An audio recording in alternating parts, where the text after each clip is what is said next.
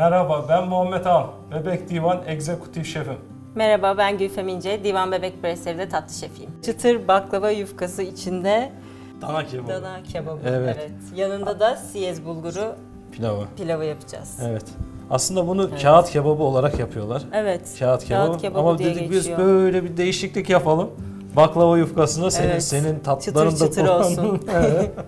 Malzemelerimizi söyleyelim isterseniz. Dana bonfile kuşbaşı doğranmış, salçamız, taze kekiğimiz, bezelyemiz, havucumuz, domatesimiz, arpacık soğanımız.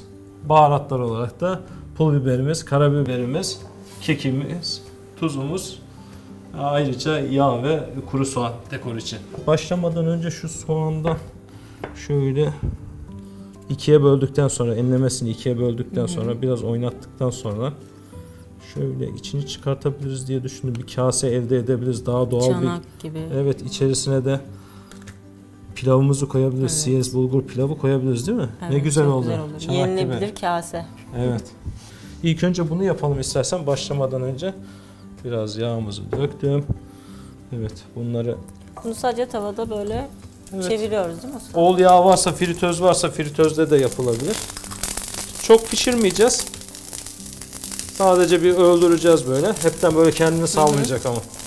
Sen de evde aynı iki ürünü bir arada yaptığın oluyor mu? Evet. Bazen 3'e de çıkıyor. 3-4 de oluyor bazen. Çorba da oluyor.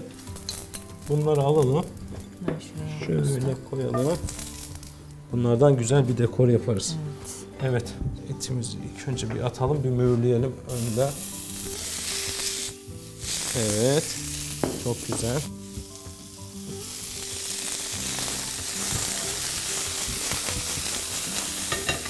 Et böyle altın sarısı renk alıyor.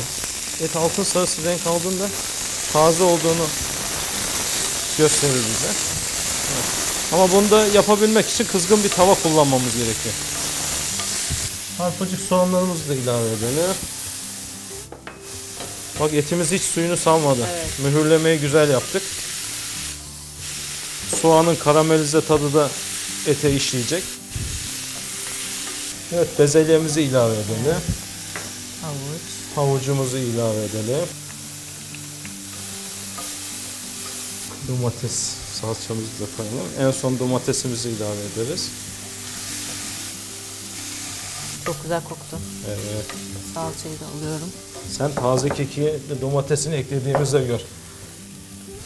Evet, domatesini de ekledim.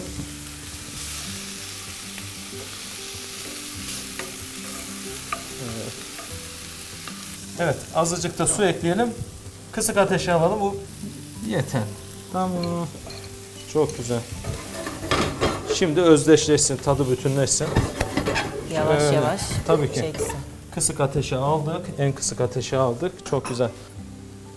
Biraz yağ ilave ediyorum.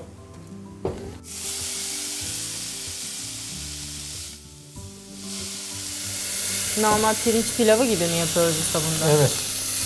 Kastamonu bölgesinde yetişiyor bu zaten. Odun ateşinde piştiği için böyle bir is tadı oluyor. Tadı var. Evet, is tadı oluyor. O da gerçekten güzel bir tat veriyor. Evet, etimiz de güzel oluyor. İstersen sen çok kavur. güzel oluyor. Usta peki pilava soğuk su mu konur, sıcak su mu? Pilava sıcak su konur. İki çeşit de yapabiliriz. Yani suyunu verip kapatabiliriz. Suyunu verdikten sonra biraz kapağı kapalı durup fırına atabiliriz. Daha sonra kapağını açarız. Bir karıştırırız. Fırında pişmeye devam eder. Buna da salma usulü diyorlar. Evet. Böyle de olur. Bunda soğuk su kullanabiliriz. Bence değişiklik yapalım. Nasıl olsa baklavamında değişiklik yaptım. Bunu da salma yapalım. Evet, bence salma yapalım bunda. Evet. Biraz salça ilave edelim. Evet. Tatlı bir rengi olsun.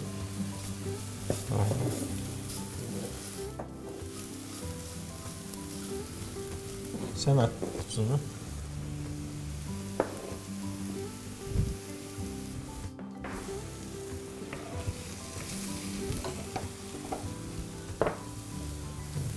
Etimizi ben kapattım. Evet, artık suyunu verebiliriz.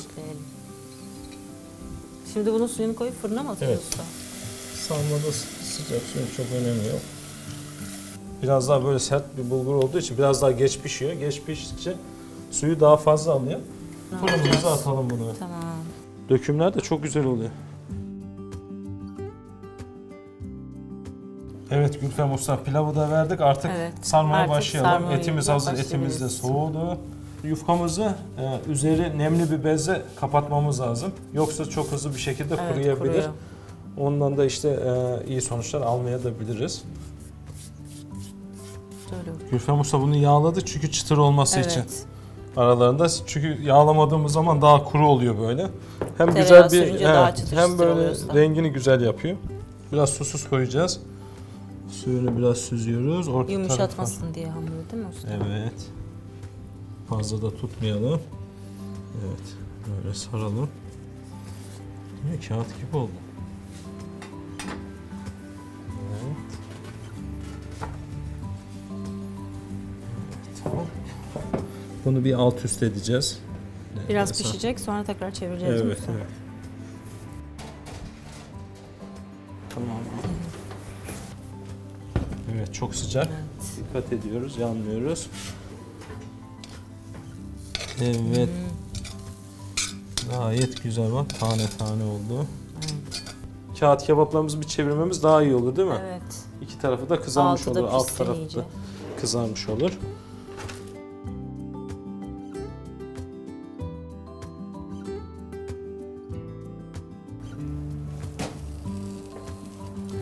Evet, birazdan onlar da hazır olur. Aldık mı? Evet, Az daha aldım. doldursak mı Biraz acaba?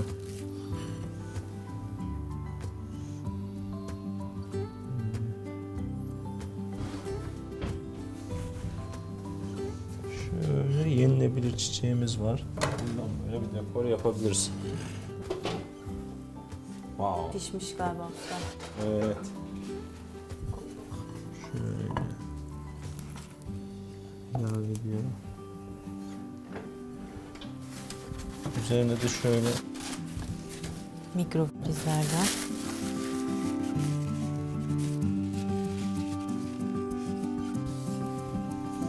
evet.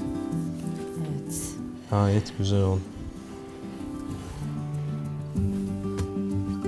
Çıtır baklava hamurunda dana kebabı. Hazır usta. Afiyet olsun.